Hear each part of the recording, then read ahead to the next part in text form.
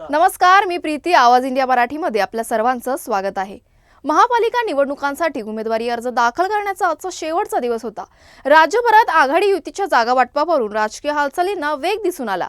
एका जागेसाठी अनेक इच्छुक उमेदवार असल्यानं नाराजी दूर करण्यासाठी पक्ष नेत्यांची मोठी धावपळ दिसून आली. महापालिका निवडणुकांसाठी विविध राजकीय पक्षांनी उमेदवारी जाहीर केली असतानाही काही इच्छुक उमेदवारांना तिकीट न मिळाल्यामुळे मोठ्या प्रमाणात नाराजी पाहायला मिळाली. मुंबई महापालिकेची सत्ता हस्तगत करण्यासाठी 114 हा बहुमताचा आकडा गाठणं आवश्यक आहे. 227 जागांसाठी होणाऱ्या या निवडणुकीत बहुमताचा जादुई आकडा कोण गाठणार याकडे सर्वांचं लक्ष लागलं आहे.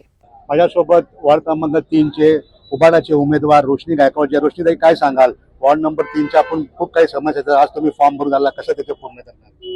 आता सर्वप्रथम मी माझ्या वचननाम्यात पण ते लिहिलेलं आहे, तोंडाने पण सांगते की सर्वात महत्त्वाचा प्रश्न प्रभाग क्रमांक 3 मध्ये स्लम एरिया भरपूर प्रमाणात आहे. म्हणजे केतकीपाडा परिसर असेल, शांतीनगर डोंगरी असेल, तर तिकडचे म्हणजे शांतीनगर डोंगरीला लाईटचा प्रश्न नसेल, पाण्याचा प्रश्न आहे. पण केतकीपाडा परिसरामध्ये लाईट, पाणी, त्याच्यानंतर गटारांची समस्या आहे. तिकडे महिलांना म्हणजे शौचालयाची वनवा आहे, शौचालय पण पुरेशा प्रमाणात नाहीयेत. बऱ्याचशा महिला तिकडे फॉरेस्ट एरिया असल्यामुळे जंगलामध्ये उघड्यावर जातात. हे महत्त्वाचे प्रश्न आहेत. अजून सर्वात महत्त्वाचा प्रश्न म्हणजे फॉरेस्टचा मुद्दा. तुम्हाला सगळ्यांना माहिती आहे, तिकडच्या स्थानिकांना बिचारांना स्वतःलाच माहित नाही की आमचं रिडेव्हलपमेंट होणार आहे की नाही होणार आहे, की कधी होणार आहे, आम्हाला कुठे टाकणार आहेत, त्यांना काहीच माहिती नाही. तर नक्कीच मी जर निवडून आले तर तिकडच्या नागरिकांना रिडेव्हलपमेंट होईल तेव्हा होईल, परंतु जे त्यांचे मूलभूत हक्क आहेत म्हणजे जसं लाईट आणि पाणी, हे तर नक्की मिळवून द्यायचा प्रयत्न करीन. मी हा विचार केलेला आहे की प्रत्येक घरामध्ये लाईट आणि प्रत्येक घरामध्ये पाण्याची लाईन असेल, असं माझं काम असेल. महिला भरपूर प्रमाणात आपण पाहतो यावेळी निवडणुकीत उभ्या आहेत, काय सांगाल?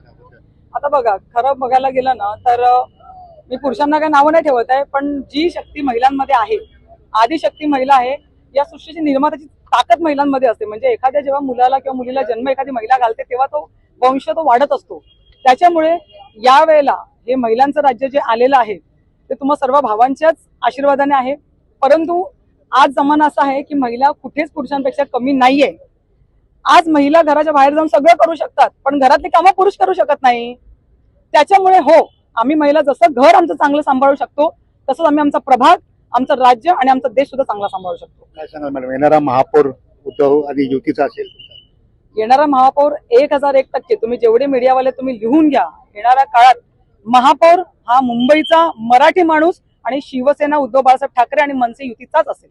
हे होते रोशनी गायकवाडजी. कॅमेरामॅन दत्ता प्रसाद, किरण जाधव, आवाज इंडिया.